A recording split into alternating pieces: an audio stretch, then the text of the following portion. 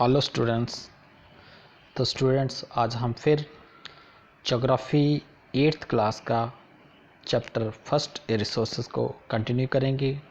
तो स्टूडेंट्स कल हमने देखा था कि ये रिसोर्सेज क्या होते हैं, रिसोर्सेज का ओरिजिन किस तरीके से हुआ है, फिर किस तरीके से जो रिसोर्सेज हैं उनकी इकोनॉमिकल वैल्यू है, फिर हम लोग रिसोर्सेज के टाइप्स के बारे में देख रहे थे जिसमें था नेचुरल रिसोर्सेज, ह्यूमन रिसोर्सेज और ह्यूमन मेड रिसोर्सेज।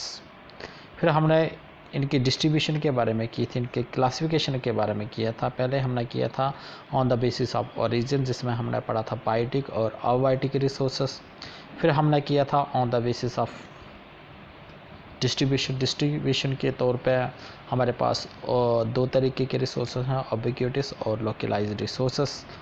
फिर आगे हम इसको कंटिन्यू करेंगे on the basis of distribution ubiquitous resources, the resources that can be found everywhere, for example air, light, water etc.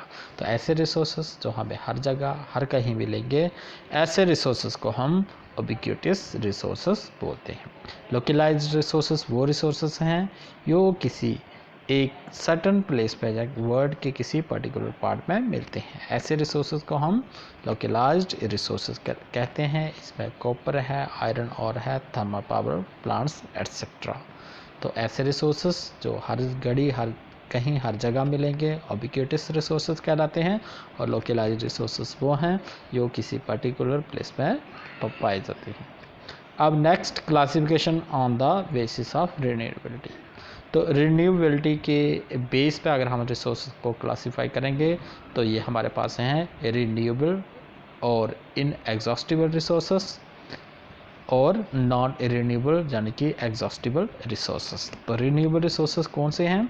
The resources that can renewed और replenished quickly are called renewable resources.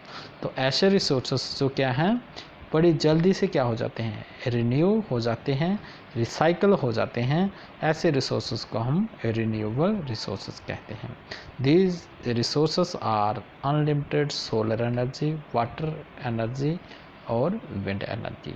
तो ऐसे resources में हमारे पास unlimited जो resource है वो है solar energy, water energy और विंड एनर्जी। ये ऐसे रिसोर्सेज हैं जिनको हम क्या है रिन्यू कर सकते हैं, अगेन एंड अगेन इनका इस्तेमाल कर सकते हैं। नॉन रिन्यूएबल और एग्जॉस्टिबल रिसोर्सेज, तो ऐसे रिसोर्सेज जिनको रिन्यू नहीं कर सकते हम लोग, जिनको एक बार इस्तेमाल होने के बाद ये रिसोर्स क्या हो जाते हैं, ख़त्म हो जाते हैं। ऐसे रिसोर्सेज को हम नॉन रिन्यूएबल और एग्जॉस्टिबल रिसोर्सेज के नाम से जानते हैं। The resources which take thousands of year to get replenished. ऐसे रिसोर्सेज जिनको हज़ारों लाखों साल लग जाते हैं इनको रिन्यू होने के लिए, तो ऐसे रिसोर्सेज को हम नॉन रिन्यूएबल और एग्जॉस्टिबल रिसोर्सेज के नाम से जानते हैं। अब रिन्यूएबल और नॉन रिन्यूएबल रिसोर्सेज, तो रिन्यूएबल रिसोर्सेज में हमारा है सोलर एनर्जी। ये अनलिमिटेड रिसोर्सेज है, इसको हम कभी भी इस्तेमाल कर सकते हैं और अनलिमिटेड इनका इस्तेमाल हम कर सकते हैं। नॉन रिन्यूएबल एनर्जी में हमारे पास पेट्रोल है, कोल है, डीजल है, नेचुरल गैस है, ये नॉन रिन्यूएबल में आते हैं। रिन्यूएबल में हमारे पास है सोलर एनर्जी, वाटर एनर्जी और विंड। तो ये तीन ऐसे रिसोर्सेज हैं जिनको हम कभी भी इस्तेमाल कर सकते हैं अगेन एंड अगेन। दूसरा फॉस्फेट है, ऑयल है और लाइमस्टोन है, ये हमारे पास नॉन रिन्यूएबल रिसोर्सेज। आगे actual resources. Actual resources, the resources which are actually in use or already being utilized by the human are called actual resources।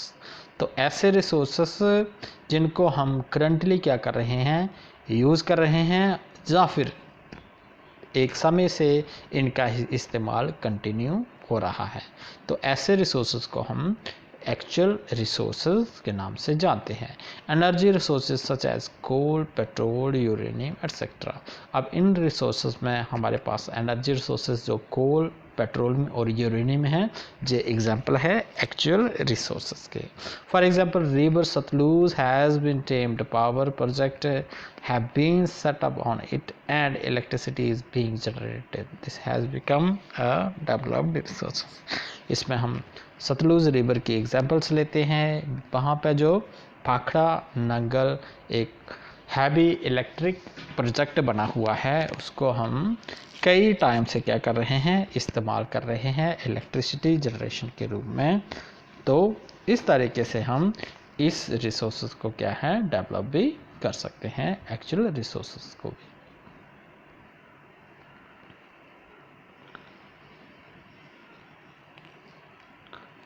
Human resources, अब बारी आती है ह्यूमन रिसोर्सेज की। तो ह्यूमन रिसोर्सेज हैं ये सबसे इम्पॉर्टेंट रिसोर्सेज हैं। People who are useful to society are called human resources. तो ऐसे इंसान, ऐसे लोग जो सोसाइटी के लिए क्या है, यूजफुल हैं, ऐसे रिसोर्स को हम ह्यूमन रिसोर्सेज बोलते हैं। What sort of people are useful to others, कुछ ऐसे लोग जो दूसरों के लिए यूजफुल होते हैं। The people who are healthy, educated, skilled and have right moral value are useful to the society. तो ऐसे लोग जो हेल्दी होते हैं, एजुकेटेड होते हैं, स्किल्ड होते हैं और जिनका मॉरल करैक्टर बड़ा हाई होता है, ऐसे लोग जो सोसाइटी के लिए क्या है, यूज़फुल होते हैं, उनको ह्यूमन रिसोर्सेज के नाम से जाना जाता है। In fact human resources is most important resource. तो ह्यूमन रिसोर्सेज जो हैं वो अर्थ के बाकी के रिसोर्सों से ज़्यादा इम्पोर्टेंस रखते हैं, क्योंकि अगर अच्छे ह्यूमन बीइंग नहीं होंगे, अच्छे स्किल्ड, एजुकेटेड और हेल्दी ह्यूमन बीइंग नहीं होंगे, तो जो नेचुरल रिसोर्सेज है उनका उपयोग करना बहुत ही मुश्किल हो जाएगा। तो ये हैं human resources. Skilled, educated and healthy peoples are known as human resources. अब human made resources, these are basically the aids of productions which have been created by the human to utilize the physical material of the environment। तो human made resources वो resources हैं जिनको human ने अपने creation से इसको क्या किया है, फिजिकल एनवायरनमेंट को इस्तेमाल करके अपना क्रिएशन किया हुआ है। ऐसे रिसोर्सेज को ह्यूमन मेड रिसोर्सेज के नाम से जानते हैं। Technology, capital, building, agricultural, land, manufacturing goods. तो इसमें technology, capital, building, agricultural land, manufacturing goods आदि ये सब चीज़ें हैं जो ह्यूमन मेड रिसोर्सेज के अंदर आती हैं। तो ये this are the some examples of human made resources, जिसमें कैपिटल मतलब मनी आ गया, बल्ब हैं इलेक्ट्रिसिटी के लिए, ट्रेन्स हैं, ब्रिजेज हैं, उसके बाद म्यूजिकल इंस्ट्रूमेंट्स हैं, शिप्स हैं, इलेक्ट्रॉनिक गुड्स हैं, क्लोथ्स हैं, इलेक्ट्रॉनिक एंटरटेनिंग सामान जो है, ट्रैवलिंग के लिए बाइक्स हैं, कार हैं, एरोप्लेन्स हैं, बहुत शानदार आलीशान महल हैं, फर्नीचर है। ये सब ह्यूमन ने अपने मेहनत से, अपनी क्रिएशन से बनाया हुआ है नेचुरल एनवायरनमेंट को यूज़ करके। तो all these are called human made resources. अब रिसोर्सेज जो है हमारे पास तो हैं, हमने इनका यूटिलाइज भी करना है, लेकिन एक बात जो मेन ध्यान में रखनी है वो है कंजर्वेशन ऑफ रिसोर्सेज। रिसोर्सेज को कंजर्वेशन, इनको फ्यूचर यूज़ के लिए बचा के रखना ज़रूरी है, क्योंकि इनका जो वैल्यू है इनकी वो क्या है, लिमिटेड वैल्यू है। तो nothing in this universe is in unlimited supply and there is no limit to the human. तो जैसे कि बताया गया है कि यूनिवर्स में कोई भी चीज़ ऐसे नहीं है जो अनलिमिटेड है, जिसकी सप्लाई कम नहीं होगी, हर एक चीज़ की एक लिमिट है, लेकिन जो ह्यूमन नीड्स हैं उसकी कोई लिमिट नहीं है। We are exploiting a particular resources, हम क्या हैं, एक पर्टिकुलर रिसोर्सेज को अगेन एंड अगेन क्या कर रहे हैं, इस्तेमाल कर रहे हैं। इससे क्या होगा कि उस रिसोर्सेज के ऊपर क्या करेगा, प्रेशर बढ़ेगा। It becomes our duty to conserve that resources, तो उस रिसोर्सेज को प्रोटेक्ट करना हमारी क्या बनती है, ड्यूटी बनती है। This applies more for non renewable resources, तो जो एग्जांपल है जो सबसे ज़्यादा नॉन रिन्यूएबल रिसोर्सेज के ऊपर फिट बैठती है, क्योंकि हमें कंजर्व उन रिसोर्सेज को करना है जो नॉन रिन्यूएबल है, जिनका जो स्टॉक है वो क्या है, लिमिटेड है। दस using resources carefully so as to give them gap to get renewed is called conservation of resources। तो हमें क्या करना है, रिसोर्सेज को केयरफुली यूज़ करना है और उन्हें टाइम देना है ताकि वो फिर से रिन्यू हो सकें। तो इस प्रोसेस को हम क्या कहते हैं, कंजर्वेशन ऑफ नेचुरल रिसोर्सेज या रिसोर्स कंजर्वेशन कहते हैं। अब आगे सस्टेनेबल डेवलपमेंट, तो अगेन नेचुरल एनवायरनमेंट और नेचुरल रिसोर्सेज को कंजर्व करने के लिए अनदर टर्म है, वो है सस्टेनेबल डेवलपमेंट। अब सस्टेनेबल डेवलपमेंट क्या है, sustainable development be mean exploitation of resources in a way they serve us better and longer than they would otherwise. तो हमें क्या करना है, जो रिसोर्सेज हैं उनको इस तरीके से एक्सप्लॉयट करना है, इस तरीके से उनका इस्तेमाल करना है ताकि अभी जो है इनका उपयोग बेटर हो और आने वाले टाइम के लिए भी इनको बचा के रखा जा सके। Sustainable development not only aim at meeting the present requirements.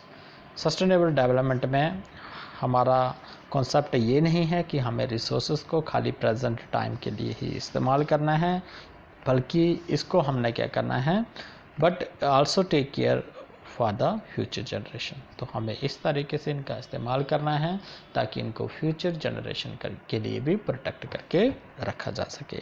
Quality of human life should be improved, तो इससे क्या है, ह्यूमन बीइंग जो ह्यूमन लाइफ है उसकी क्वालिटी को क्या है, इम्प्रूव करना है।